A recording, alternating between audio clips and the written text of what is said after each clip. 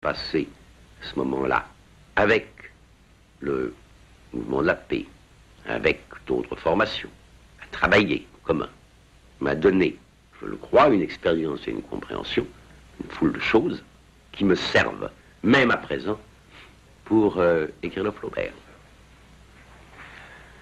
Alors, pour en venir à la guerre du Vietnam proprement dite, pourquoi aujourd'hui vous préoccupe-t-elle tellement? Je veux dire, quel type de danger comporte-t-elle? Eh bien, naturellement, c'est une banalité, mais une vérité de dire qu'elle comporte un danger nucléaire certain, un danger de guerre générale et nucléaire certain. Mais ce n'est pas dans cette perspective que je me place pour prendre position vis-à-vis de la guerre du Vietnam.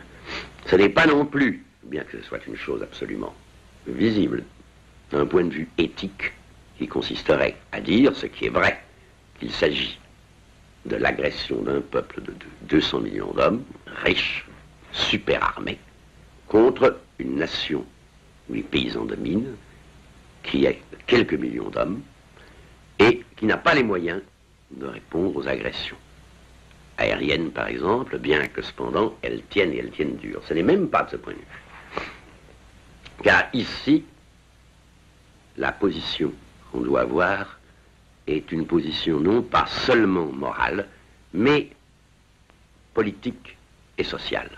En vérité, la guerre du Vietnam représente à la fois la réalisation dernière et le symbole de ce que c'est que l'impérialisme. L'impérialisme qui est le résultat de certaines structures sociales, à savoir de la forme du capitalisme monopolistique d'aujourd'hui. Là, je vois ici notre plus grand danger. C'est-à-dire que, étant précisément à l'intérieur d'une société capitaliste, étant déchiré par les contradictions de cette société, à partir de là, souhaitant une autre société, je me trouve du côté de ceux qui dénoncent précisément cette société et qui luttent contre elle. Et précisément à cause de ça, je constate que le dernier développement de l'impérialisme, c'est la guerre du Vietnam qu'il donne. Parce que les seules raisons que l'on peut donner pour la présence agressive des Américains au Vietnam, ce sont des raisons qui concernent l'impérialisme. Des raisons non pas tellement économiques dans ce cas-là que politiques et stratégiques. C'est précisément pour cela que je considère que si on abandonne cette lutte pour l'indépendance du Vietnam, je dis bien pas seulement pour la paix, mais pour l'indépendance du Vietnam, si on l'abandonne, si on laisse faire, c'est admettre que la société capitaliste, avec ses chaos, ses contradictions, mais sa possibilité aussi bien de colmater toutes les fissures, va se continuer. C'est admettre que la coexistence pacifique sera au profit des impérialistes. C'est admettre, si vous voulez, que les Américains, dans le monde actuel, peuvent faire ce qu'ils veulent. C'est accepter l'hégémonie américaine. Un triomphe des Américains au Vietnam, ce serait en même temps une sorte de triomphe anticipé dans l'Amérique latine. Ça aurait pour effet de décourager un certain nombre de gens, de faire régner une Pax Americana sur le monde. C'est précisément cela que un grand nombre de gens dont je suis veulent combattre. Ce tribunal dont vous êtes le président, ce tribunal est prévenu, votre siège est déjà fait. Il y a des gens qui se disent que ça pourrait être une sorte de tribunal de comédie. Vous me posez plusieurs questions à la fois, et je vais essayer de vous y répondre successivement. Mais d'abord, qui êtes-vous pour juger qui je suis, mais n'importe qui? Ce que le tribunal veut précisément faire, c'est que n'importe qui soit concerné, que n'importe qui puisse apprécier d'une manière juridique, en fonction d'un certain nombre de lois internationales que nous n'inventons pas, qui existent, la politique américaine. Vous savez que Luther disait « tous les hommes sont prophètes ». Eh bien, en somme, tous les citoyens doivent être capables de juger, d'apprécier. tous les citoyens ont le droit de juger d'un point de vue juridique et légal la politique d'un gouvernement parce qu'elle les concerne. Non pas seulement aujourd'hui dans le loi de mort la leur, mais celle de leur gouvernement, mais étant donné qu'il n'y a qu'un monde, celle de tous les gouvernements. En somme, c'est précisément en tant que nous sommes n'importe qui que nous pouvons apprécier les choses. Ça veut dire, il y a des lois internationales, nous ne les inventons pas. Il y a des lois établies par la Convention de Genève, par le pacte de Briand-Kellogg.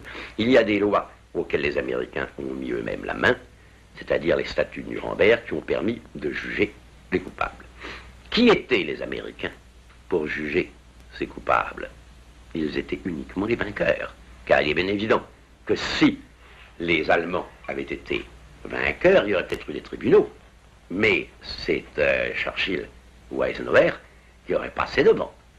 Donc, la force ne donne pas la légalité. Et ce qui a précisément entaché le procès de Nuremberg aux yeux de beaucoup de gens d'irrégularité, c'est qu'au fond, il était fondé sur la force, sur une victoire. Ce qu'il y a au contraire dans notre cas, c'est que nous n'avons aucune force. Nous n'avons aucun pouvoir. Je vous le répète, c'est ça le caractère des intellectuels. Et nous ne pouvons pas donner de sanctions, nous ne pouvons pas décider que nous allons châtier tel individu ou tel groupe d'individus, parce que ce serait absurde, nous n'avons pas les moyens. Mais ce que nous avons le droit de faire, c'est de dire, vous, impérialistes, qui avez fait des lois générales et internationales contre certains aspects que peut prendre une guerre, tombez-vous ou non sur les lois que vous avez fait vous-même, sous le coup de ces mêmes lois. C'est-à-dire qu'au fond, nous n'inventons aucune loi, nous nous bornons, en tant que citoyens, à voir si ces lois permettent ou non de condamner une entreprise et les responsables de cette entreprise. Ça revient à dire, si vous voulez, au terme de l'enquête, nous conclurons par exemple, ou bien tel type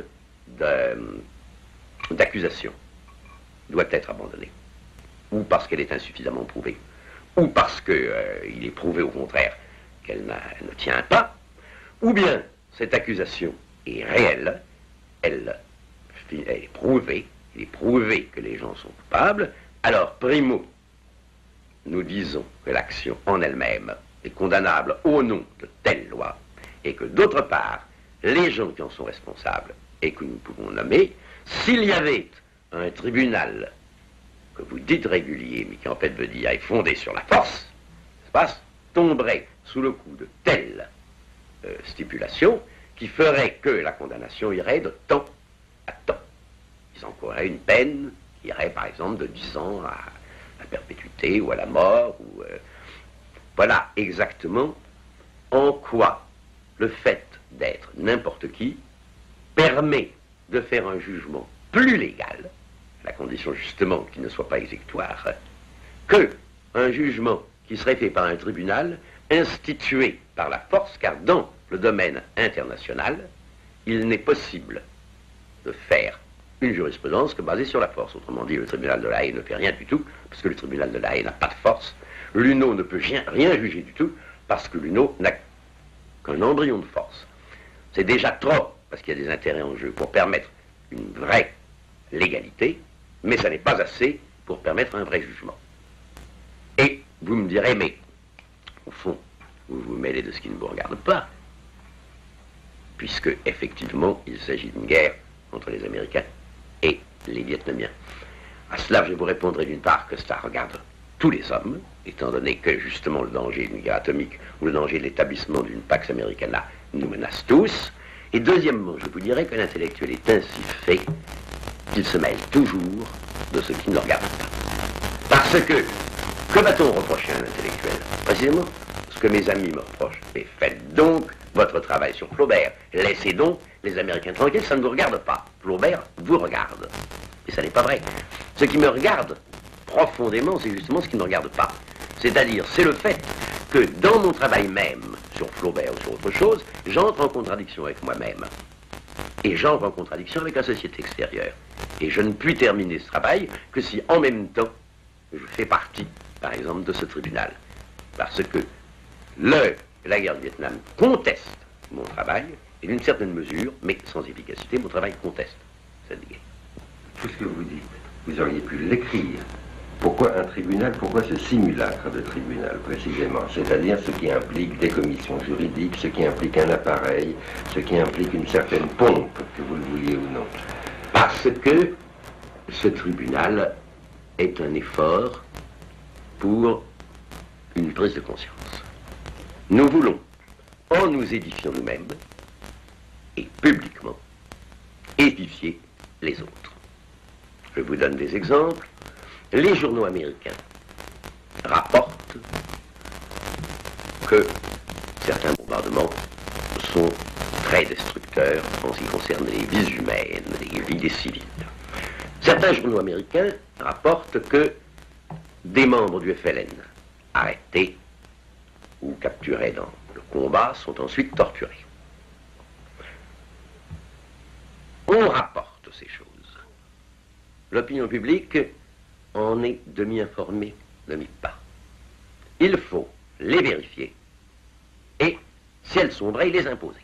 Il faut que la vérification soit en elle-même une destruction d'un mythe ou bien l'imposition d'une vérité.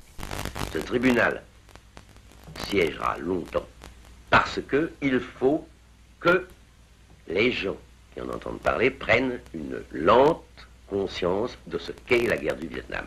Et cette conscience, nous ne pouvons la leur faire prendre qu'en la prenant nous-mêmes. Autrement dit, et c'est à cela que je réponds à une dernière de vos questions, vous dites nous sommes prévenus. Non, nous sommes radicalement contre l'impérialisme. Mais nous ne prétendons pas qu'une politique capitaliste et bourgeoise, contre laquelle nous sommes en principe, soit nécessairement une politique criminelle. Par exemple, je suis personnellement totalement contre le gouvernement de Gaulle et la politique sociale que ce gouvernement mène. Je ne dirai jamais qu'elle est criminelle. Ça n'a pas de sens. Elle ne tombe sous le coup d'aucune loi. On peut la combattre aux élections, on peut la combattre par des grèves, on peut la combattre par différents moyens, mais la combattre et la refuser, ça n'est pas la déclarer criminelle. Je peux donc très bien considérer que la guerre du Vietnam est une conséquence nécessaire de l'impérialisme contre lequel je lutte et déclarer que par ailleurs elle n'est pas criminelle. Le problème sur lequel nous sommes absolument sûrs et prévenus, c'est que nous sommes contre l'impérialisme. Le problème que nous voulons étudier, c'est est-ce que ici nous arrivons au moment où l'impérialisme passe du niveau de politique, certainement contre la majorité et pour une minorité, à un niveau politique criminel et dénoncé par des lois existant déjà. Est-ce qu'on peut parler de Flaubert maintenant? Bien sûr. Avec pas d'objection. Aucune objection. Quel est le sens de ce long travail auquel vous avez commencé de vous consacrer il y a 10 ans? Qu'est-ce que vous voulez faire exactement? Ça, c'est le premier point. Et deuxième chose, est-ce que ça n'est pas un peu une fuite? Et troisième chose, pourquoi est-ce que c'est Flaubert que vous avez choisi? Pourquoi précisément Flaubert? Alors que d'après ce que vous avez dit à l'instant, il semble qu'il ne réponde pas à vos critères de l'intellectuel. Eh bien, je crois que j'ai commencé Flaubert, non pas il y a 10 ans, mais il y a 20 ans, que je me suis dit que je ferais un livre sur Flaubert. Parce que précisément, je le considérais à ce moment-là comme aux antipodes de cet engagement d'intellectuel dont nous venons de parler. Et parce qu'il m'agaçait profondément. Parce que je ne l'aimais pas.